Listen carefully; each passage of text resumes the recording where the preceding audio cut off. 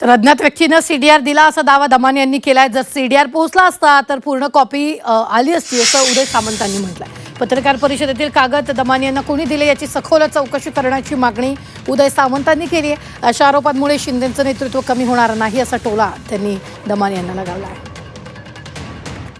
आता मला जो सीडीआर मिळाला ज्याच्यात मी एआय टूल वापरून त्याच्यात जे फोटो होते त्यांची नावं शोधली, त्या शोधल्यानंतर मला एकनाथ शिंदेचे 17 कॉल मिळाले। त्यात मी काय करू? बाहेर नको आणू का? तर तुम्हाला वाटेल की मुख्यमंत्री कार्यालयाकडनं मला मिळाली म्हणून।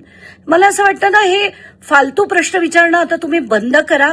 प्रश्न हे विचारा की शिंदेनी 17 कॉल कशासाठी केले, 21 मिनिटं ते काय बोलले, हे प्रश्न नाही पडत तुम्हाला, कारण हे सरकार शिंदे चालवतात, अंजली दमानिया नाही। त्यामुळे प्रश्न मी शिंदेना नक्कीच विचारणार आणि त्यात तुम्हाला त्रास व्हायचं काही एक कारण नाही।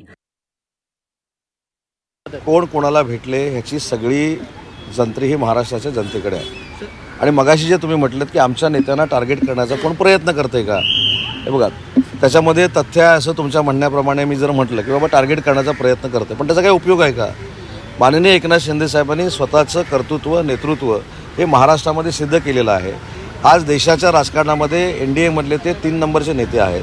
त्याच्यामुळे मला असं वाटतं की त्यांना कोण त्यांच्यावर टीका करतंय, बदनामी करतंय, याच्यापेक्षा त्यांनी सर्वसामान्य जनतेसाठी काम केलंय आणि सर्वसामान्यांचा बुलंद आवाज म्हणून एकनाथ शिंदे साहेबांकडे बघितलं जातं। हे महाराष्ट्रानं विधानसभेच्या निवडणुकांमध्ये दाखवलंय आणि स्थानिक स्वराज्य संस्थांच्या निवडणुकांमध्ये देखील दाखवलेलं आहे।